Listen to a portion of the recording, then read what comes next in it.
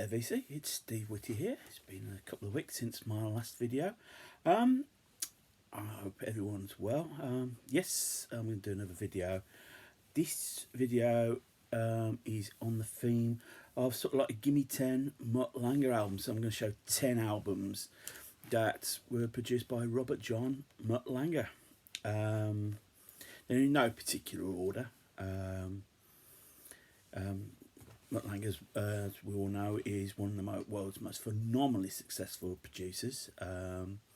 He has produced 2 of the top 10 selling albums of all time. Back in Black by AC/DC and Coming Over by Shania Twain. So, you know, he certainly knows how to produce an album. Probably well known for being very precise in his sound, but in some of these albums I'm going to show, quite a lot of these sort of early productions where he's a bit more, I wouldn't say rough and ready, but I suppose he was learning his trade. So they're in no particular order, not in chronological, and probably more alphabetical than anything, and I'm even not sure about that, to be honest. Right, yeah, it's saying chronological order. So further ado, I'll show the first album. AC/DC For Those About to Rock, We Salute You, released in 1981, the band's eighth album, and this is the third and final album that Mutt Lange produced with the band. Hot on the success of Back in Black, which was a phenomenal success. Recording didn't go as well for this album. Mutt Lange decided he wanted to get the drums sound down first, and spent a lot of time trying to get the that drum sound, and which meant that the rest of the band were sitting around doing nothing. I mean, Angus said he was bored shitless, and Malcolm complained about all the fanning around. Once released, even though it was a successful album, the band's only #1 in the US. Both the band and the producer and Mutt Lange were not satisfied with the final results. Second album, this is one of my favourites, the Boomtown Rats, Tonic For The Troops, released in 1978, the band's second album. This was recorded in Holland. Let's say band's second album, and there's the band on the back.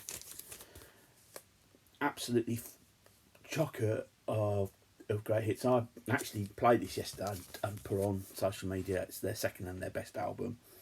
And I get a reply from somebody, a like on Twitter by somebody that's looking after a group of fans that call themselves Bob Geldof. So I don't think Bob Geldof probably agree. He'd probably say the new album's their best album. But it's got great songs on here. The hit singles like Clockwork, She's So Modern, the #1, Rap Trap.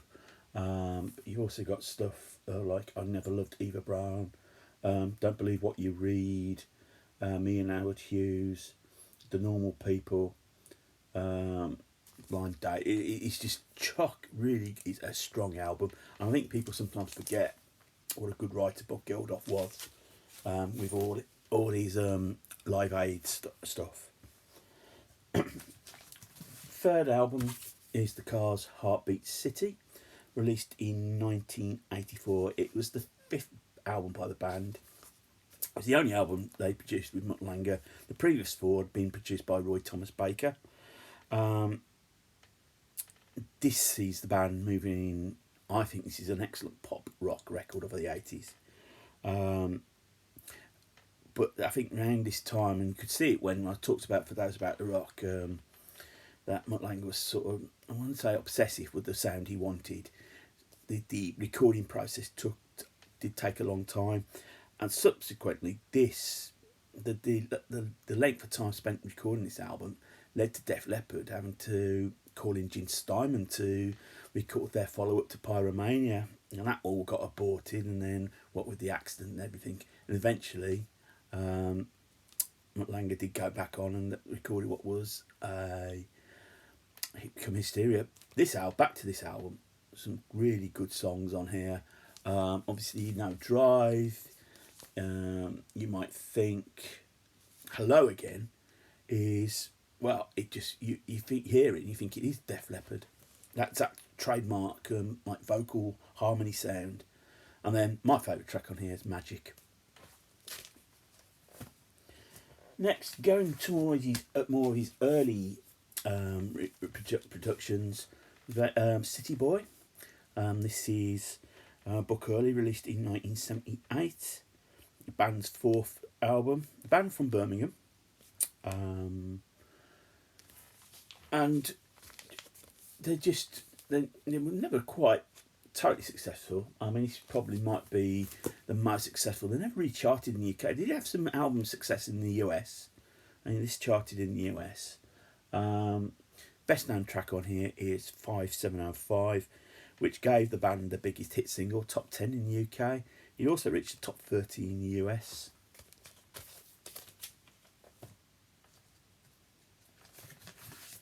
Another band he produced in the 70s is Clover, and this is their third album, Unbelievable. I think it also known just as Clover in the US. Clover, probably sort of like pub rock, country rock. Probably more well known if you look to the left, that guy there, that's Huey Lewis.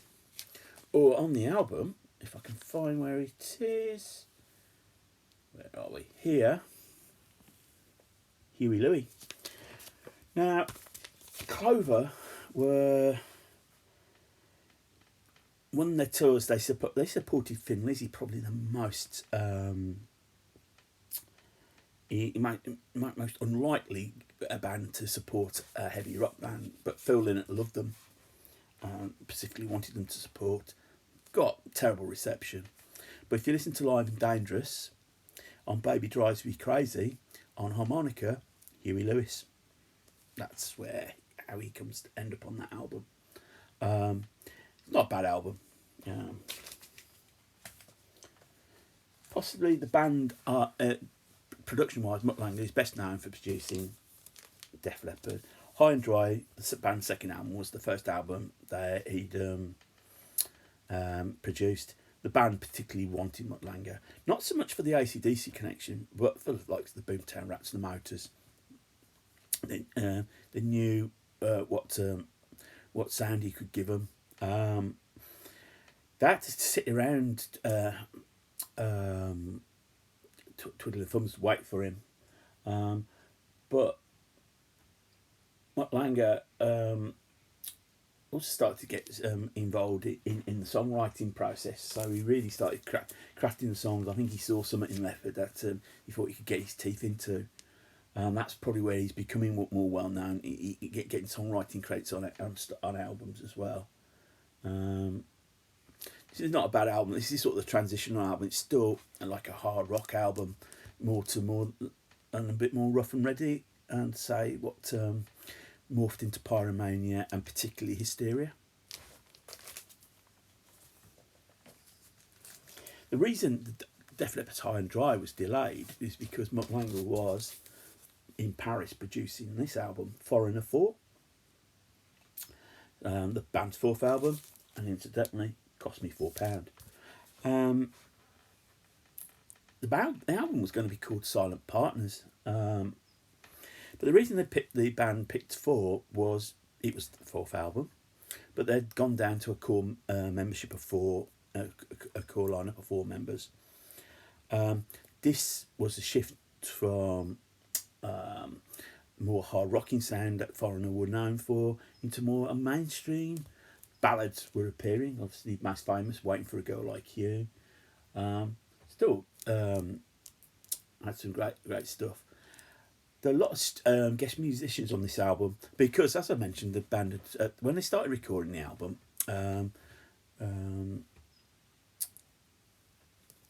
Ian MacDonald and Al Greenwood, who were originally members of Foreigner, were still members at the time and started recording. Then they left or got sacked, one of the two. and had to re-record their bits. So Junior Walker's appears on Urgent. That's how he comes on. Thomas Dolby supplies keyboards and synthesizers on here. A classic of the AOR genre. Moving back to early productions, you have Graham Parker, Heat Treatment. His second album comes out in 1976. 90% produced by Mutt Lange. The second, Nick Loder's produced a track called Backdoor Love. Interesting, on the front of the album, it's Graham Parker, Heat Treatment. On the back, it's Heat Treatment, Graham Parker and the Rumour.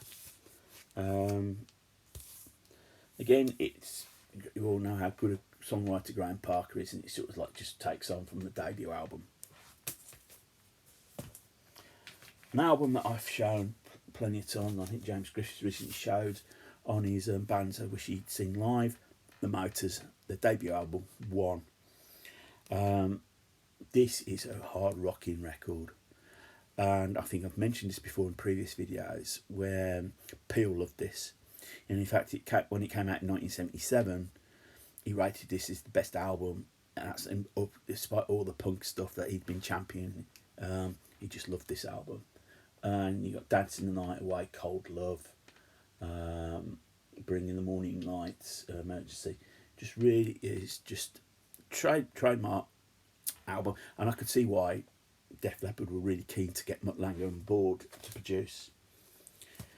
The final album is Romeo's Daughter, self-titled debut album. A trio. It's probably more, I would say, more co-produced with John Parr, he of St Elmo's Fire. He's an Englishman as well. He's an Englishman. Sorry, Mutt Lange, I think, is from Australia. And you've got here Heaven in the Backseat, Wild Child, which Hart covered on Brigade. Now, they were a pretty unknown band, and why would Mutt Lange produce such an unknown band? It was partly because they were produced by Olga Lange, who was his first wife. So he was aware of them, and I think he liked the tunes. So he decided to co-produce the band. And this is a really good album, actually. They did release another album, but sort of disappeared. And they've come back together. I think they are still going concern now. But I haven't really heard anything of their new stuff. So there you go. They're my 10 Mutt Lange albums, or albums produced by Mutt Lange. It'd be nice if people can show some more, but it's just a subject I thought about doing for a video. Anyhow, if you're new to the channel and you like what you see, click on the subscribe button. Thumbs up, thumbs down. Love the interaction. Feel free to comment. I will try and endeavour to get back to you. Whatever you get up to, VC, make sure it's a good one. Those of you in Texas, I'm thinking about you. That it's got to be horrible what you're going through at the moment. So, VC, until the next time, take care of yourselves, keep spinning, but more importantly, keep smiling.